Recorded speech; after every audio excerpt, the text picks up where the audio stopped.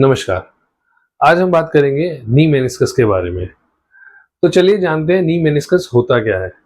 नी meniscus नीज के अंदर दो पैड्स होते हैं जिसको हम मेनिस्काइस कहते हैं और उनका काम क्या होता है, जब भी हमें कोई जर्क लगता है, हम चलते हैं, जो भी प्रेशर आता है, मूवमेंट आता है, वो शॉकर की तरह काम करता है। जैसे गाड़ियों में, व्हीकल्स में शॉकर्स होते हैं और वो शॉक अब्जॉर्ब करते हैं, ऐसे ये जो छोटे-छोटे पैड्स होते हैं, मेनिस्काई जो होते हैं, ये काम क्या करते हैं कि जो भी जर्क आ रहा है, कुछ भी जो प्रेशर आ रहा है, उसको अब्जॉर्ब करते हैं और हमारा जो जॉइंट होता है, जो बोन्स होती हैं, उसको सेव करके रखते हैं किसी भी जर्क से, किसी भी इंजरी से। बहुत हद तक ये जॉइंट को मेंटेन रखते हैं।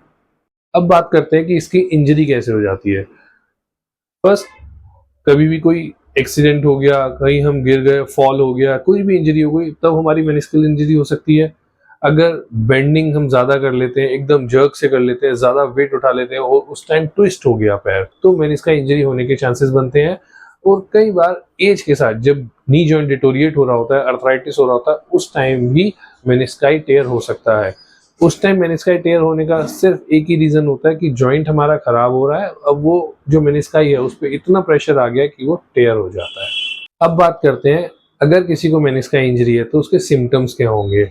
Symptoms body to body vary करते हैं। किसी को सीवियर केसेस में भी कम सिम्टम्स आते हैं और किसी को माइल्ड हल्के से केस में भी अच्छे खासे सीवियर सिम्टम्स आते हैं। तो सिम्टम समझ लेते हैं। पेन हो सकता है, पिन पॉइंट पेन हो सकता है, जिस भी साइड की इंजरी है आपको वहां पर दबाने से बहुत तेज पीक सीवियर पेन हो सकता है। स्वेलिंग आ सकती है, आपको वॉक करने में पेन हो सकता है, आपकी वॉक लिम्प हो सकती है और ज्यादा देर खड़े होने से आपका पेन बहुत ज्यादा बढ़ सकता है। अब यही सिम्टम्स होते हैं जो किसी केस में ज्यादा होते हैं, किसी में कम होते हैं। ये बॉडी टू बॉडी वेरी करता है। अब बात करते हैं प्रिकॉशंस की, जो नी मेनिस्काई इंजरी के केसेस में बहुत ज़रूरी है। चाहे आपका केस माइल्ड हो, मॉडरेट हो, सीवियर हो, हर केस में प्रिकॉशंस लेना बहुत ज़रूरी है। सबसे पहले नी बेंडिंग अवॉइड करनी है, ब्रेसेस यूज़ करने हैं, सपोर्ट यूज़ करना है, वॉक अवॉइड करनी है, लॉन्ग स्टैंडिंग अवॉइड करनी है, नीचे बैठना नहीं है और आपकी क्रॉस लेग सिटिंग, जो चौकड़ी मार के हम बैठते हैं, वो नहीं होना चाहिए।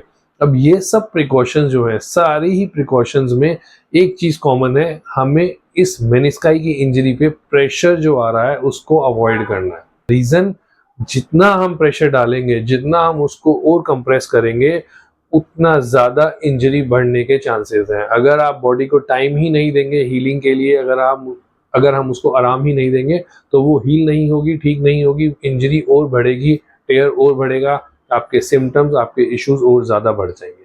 तो मेन कॉन्सेप्ट प्रिकॉशंस में, सभी प्रिकॉशंस में ये है कि हमें उस मेनिस्काई को, जो इंजरी हुई है, उसको कंप्रेस नहीं करना है, उसको दबाना नहीं है।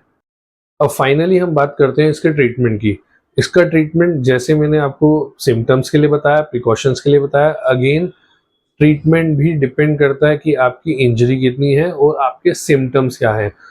नॉर्मल या फिर माइल्ड केसेस में, कई बार माइल्ड केसेस में आपको rest, physiotherapy and braces support के साथ ही आराम आ जाता है। और कई बार कुछ केसेस ऐसे होते हैं जहाँ पे सिम्टम ज़्यादा होते हैं, तो हमें मेडिसिन की ज़रूरत पड़ जाती है, हमें सर्जरी की भी ज़रूरत पड़ जाती है, रिपेयर करने की ज़रूरत पड़ जाती है। जब ये ठीक हो जाता है, जब भी, चाहे आपका सर्जरी से हो, चाहे मेडिसिन से हो, चाहे नॉर्मल रेस्ट एंड फिजियोथेरेपी से हो, इसके बाद हमारा जो मेन कंपोनेंट होता है ट्रीटमेंट का, वो होता है साइड बाय मसल्स की एक्सरसाइज करना।